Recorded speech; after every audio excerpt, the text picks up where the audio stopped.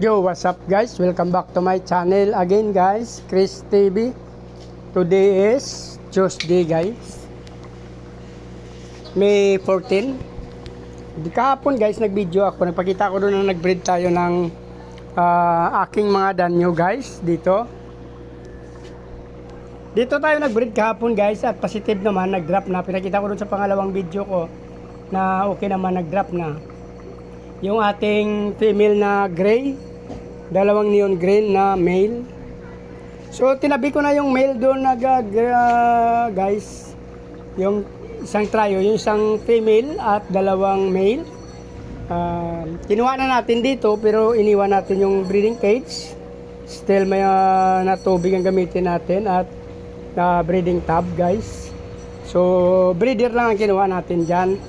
Iniwan natin ang ating mga gamit kasi ang balak natin dyan guys, mag-breed pa tayo ulit for the second day. Same water, same tub, same breeding cage ng another trio guys. Ito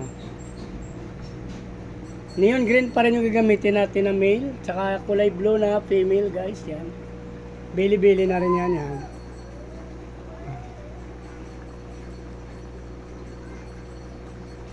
So the time now is past 4 PM guys. So tama-tama lang to, nakakain na sila. Ak-limit natin ito na 20 minutes. Ang ating ratio, 1 female, dalawang male. Yan guys, yan. So nag-try na natin mag-breed ngayon kasi di na masyado mainit. Since umulan-ulan na, like kanina, umulan kanina. Kahapon umulan din naman guys. So hindi na masyado mainit kaya nag-try na naman tayo mag-breed.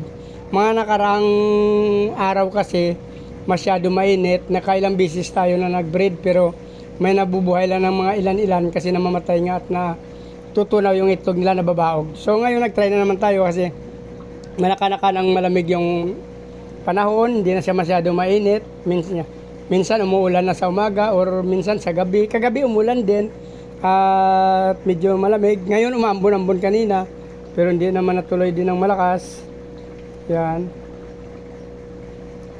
So ibig sabihin pwede na tayo mag-breed at hindi na sila masyado mainit ang panahon guys. Hindi na namamatay yung ating mga egg, hindi na nababaog, hindi na sila natutunaw. So yan, mayroon na tayong egg dyan galing sa ating female na gray. So ito naman, try natin. Neon green pa rin ang gamitin natin at kulay asol na female. Yan guys, yan. Ak-limit natin ng 20 minutes lang dyan. Antay natin. Binalik na natin yung ating female dyan na unang gamit. Nandyan din guys sa tab na yan. Madilim lang guys dyan. Natin kinuha. Andito naman yung partner na unang male na ginamit natin dun sa una. Dito na kayo, walay din sila. Talaga hindi ko muna sila binalik since parehas ang kulay nila dun sa naiwan dito natin ng mga male yan. So